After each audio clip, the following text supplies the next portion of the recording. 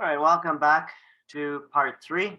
And again, just a reminder, if you are just finding this video, please go watch part 1 and part 2.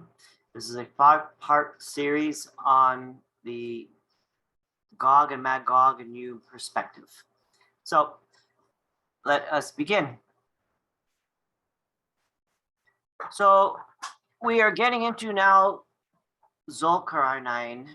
He was a righteous king and a just king who reached the far east, far west, and the far north, and conquered countries in between and ruled there justly.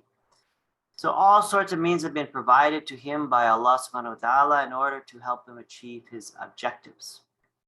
On the route of his conquest, he traveled in 3 directions, as we stated, to the far west, to the far east, and to the mountain range in the north. So the north is the one in particular that we want to get involved with, because that is the place where he closed the pass in between 2 mountains by a wall cast in molten metal and copper, iron and copper, which made it possible for the people in that area to stay protected against the pillage of Gog and Magog. And he's known as a great traveler. Now, which country did he come from? What time period did he belong to? Now, to find this answer, it's difficult, as it was not revealed in the Quran, nor Hadith, nor in other scriptures. And if it was in the previous scriptures, it was probably removed or changed.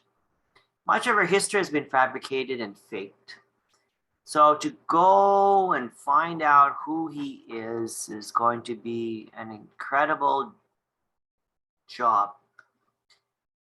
Some believe he is Alexander the Great. Some believe he is Cyrus the Great, but he is neither of the two.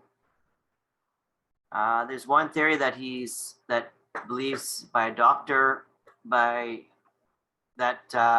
he is the Prophet Muhammad sallallahu alaihi wasallam. So everyone has their different interpretations, different theories, and so we're not going to go there now. So who he is and where he came from is not our concern for this presentation. But his journey is what's interesting. So we know that the key point is that he was a great traveler. So how can you be a great traveler if you traveled within Arabia? It doesn't really make you great. Okay? And how can you be a great traveler if you only traveled in Europe and Asia? You didn't go to North America. And from what we know, Prophet Muhammad sallallahu alaihi wasallam didn't travel far distances by sea. So he didn't travel across the Atlantic Ocean or the Pacific Ocean, and he didn't go beyond those boundaries. So from England to China today, you can get on a flight from Heathrow to Shanghai probably in about less than 10 hours, right? So it's not a great task to travel that way. And of course, in the time of Zulkarnain, there were no airplanes, and they used horses, but they were very strong people. So what would be a really great journey would be going from one end of the earth to the other end of the earth, the real ends, not what we've been lied about, but the real ends of the earth under the firmament dome, reaching the boundaries of each side. That would be great travel. And then maybe at that point, when he reached the unknown area, he may have been able to see the sun setting in a pool of muddy waters. It's my opinion that the sun that he witnessed setting there was a second sun. Okay, and remember in part 2, we talked about there's evidence of vegetation and life in the unknown areas of the earth. Therefore, there must be a sun on that side of the earth. Therefore, 2 suns, 2 moons, with Allah being the Lord of the 2 east and the 2 west. Okay, that is going back to that verse that I talked about in the second part. And that is my theory, okay, that there are 2 suns. Whether it's true or not, We do not know yet. Now, Admiral Byrd, some of you may know that name, Admiral Richard Byrd. Okay, he worked for the United States Navy. And from 1946 to 1947, he had some journeys. He did an Arctic flight of about 1,700 miles beyond the North Pole. North. Where did Zolkarain go? North. Okay, now he reported that he saw below him not ice, not snow, but land areas consisting of mountain ranges, forest, green vegetation, lakes, and rivers. And in the underbrush saw a strange animal resembling a woolly mammoth. So he called this area the Great Unknown. Now, if that area was Russia, if you went from North America, okay, let's look at this map here. He went from America, flew over Canada, flew over the North Pole, landed in Russia. It's not unknown. It's on the map. He would call it the Great Bear or the Great Russia, right? So he did not go the direction. Maybe he went something like this. From North America here, he went up straight, which he thought was north. He would have hit Atlantis, or he may have gone in this direction. He would have hit this area here. But you can see the lines here. This is the, okay, here is South America. So this is the line of the equator. This area here would be warm. This area would have vegetation. It would be near the equator, would be tropical. Okay, so let's go back to Richard Byrd here. So this is what he observed. Now, let's continue our journey into the unknown Earth and how it relates to Zolkarain. Now, a man of Norway descent, people from Norway are called Nordic, told the following story. I lived near the Arctic Circle in Norway. One summer, my friend and I made up our minds to take a boat trip together and go as far as we could in the North country. Admiral Byrd, north. Zolkarain, north. So we put 1 month's food provisions in a small fishing boat and with sail and also a good engine in our boat, we set to sea. So at the end of 1 month, we had traveled far into the north, beyond the North Pole, and into a strange new country. We were much astonished at the weather there, warm. Why? Near the equator.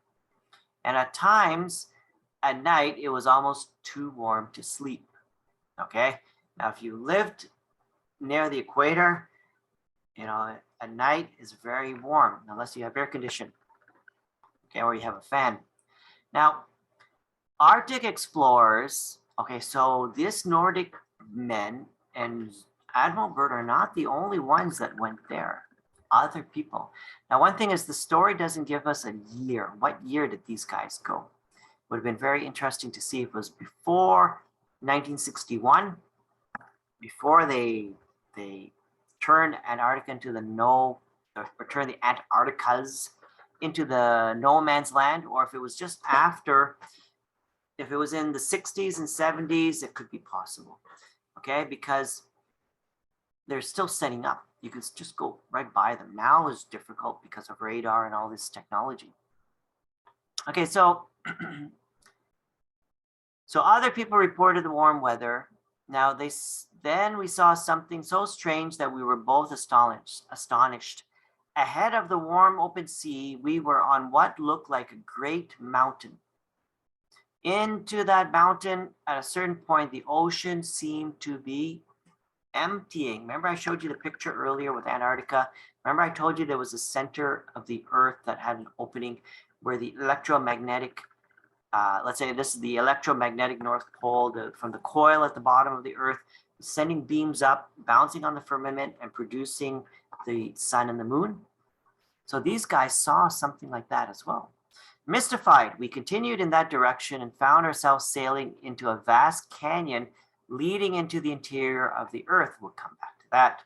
We kept sailing and we saw what surprised us, a sun shining inside the Earth. Was it the black sun? Or the second sun that I mentioned? Okay, or maybe there is a sun below us, and that is the two east and the two west. Interesting.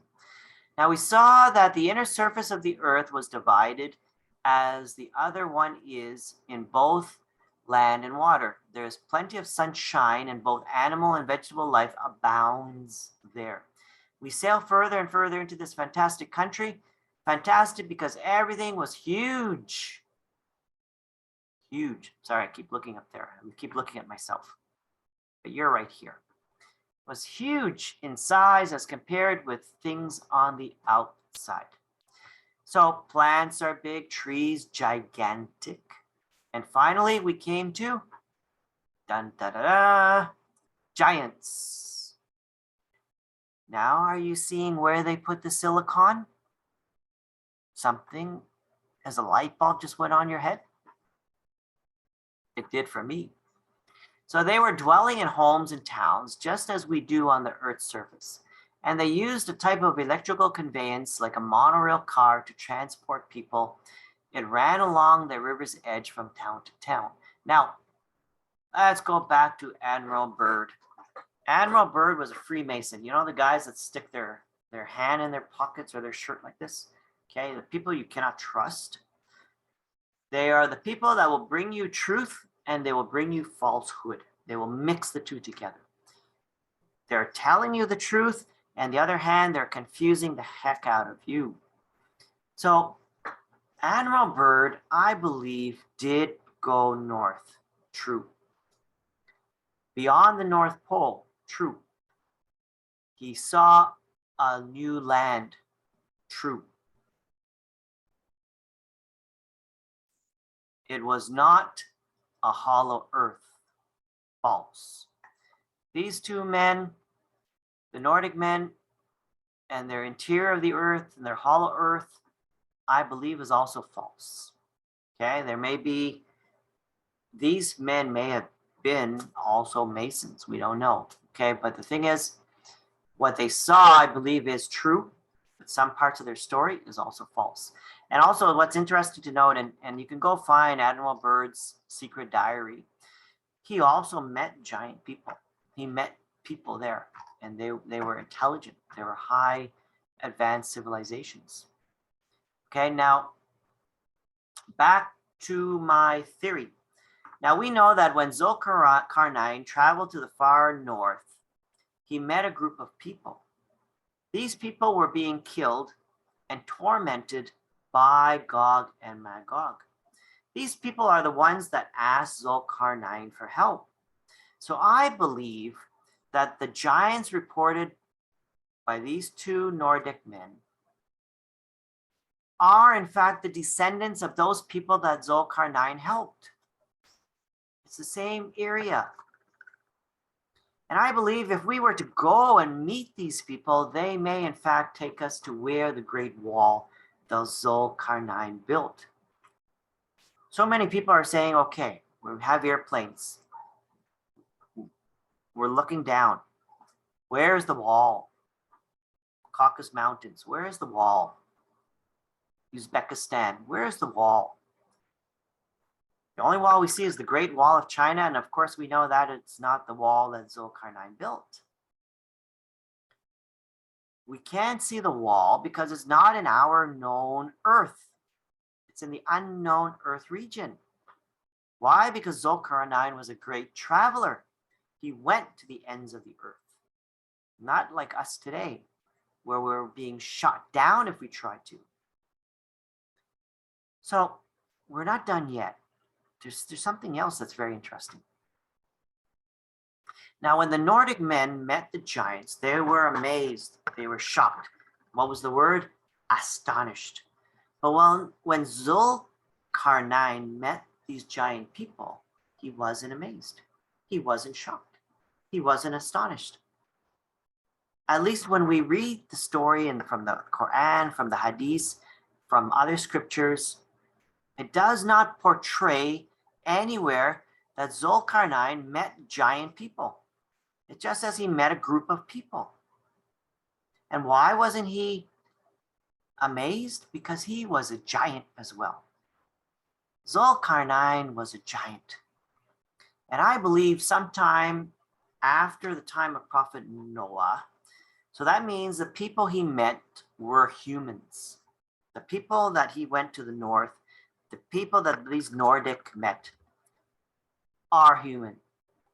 And there are still giants today due to the silicon in that region because it wasn't moved by Gog and Magog. So here's that picture I showed you earlier. Do you remember? So I believe that Zulkarnain was before the time of Prophet Suleiman, alayhi wassalam. Peace and blessings of Almighty God be upon him. So I believe Zulkarnain would have been in this time frame. Okay. It could be also too that the mining of some of the silicon was reduced in that area, that maybe these people also were reduced in size. But compared to us today, where there's very little silicon, all we can find is these little itty bitty pieces. That's all we can find. You know, you go look on eBay, you don't find a big chunk. You don't find something huge. You just find these little itty bitty pieces. All because they put it in silicon wafers. Sorry. Okay, so they are still retaining some of their giant stature, these people. Now, it would very well be interesting if we can take a journey up there and go find these people. So again, this is very interesting knowledge, and this is a short video, okay, as compared to the previous two. Still have more on our journey. We still have more to learn, and we're going to get into something very interesting now. Whether Gog and Magog has been released. So please join me for part 4. Thank you.